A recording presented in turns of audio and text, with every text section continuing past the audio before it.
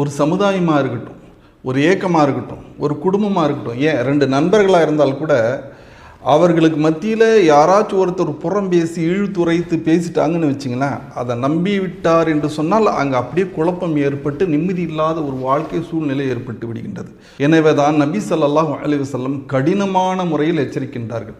லா யதுகுலுல் ஜன்னத நம்மாமுன், புறம் பேசக்கூடியவன் அவன் சொர்க்கத்துக்கு நுழைவே முடியாது என்று நபி ஸல்லல்லாஹு அலைஹி வஸல்லம் சொல்லி காண்பிக்கின்றார்கள். அல்லாஹும் தன் திருமறையில் சொல்லி காண்பிக்கின்றான், வயலுல்லி குல்லி ஹுமஸத்தில் லுமஸா, புறம் பேசி இழுத்துரைத்து பேசி கொண்டிருக்கூடிய அவனுக்கு கேடுதான், அவனுக்கு நரகம்தான் என்பதை அல்லாஹ் தன் திருமறையில் சொல்லி காண்பிக்கின்றான். தன்னுடைய சகோதரனை பற்றி தேவையில்லாத புறம் பேசுறிய, இது உனக்கு நியாயமா?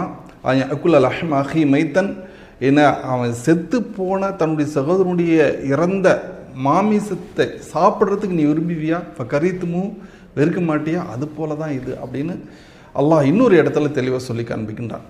நபிகள் நாயகம் ஸல்லல்லாஹு அலைஹி வஸல்லம் சொல்கிறாங்க, 2 தாடைகளுக்கு மத்தியில் உள்ள இந்த நாவையும் 2 தொடைக்கு மத்தியில் உள்ள கற்பையும் யார் பேணி கொள்கின்றாரோ அவர் சொர்க்கத்துக்கு உத்தரவாதம் தருகின்றேன் என்று அல்லாஹ்வின் தூதர் அவர்கள் சொல்லி காண்பிக்கின்றார்கள். பேணுவோமாக, வல்ல இறைவனின் அருளை பெறுவோமாக.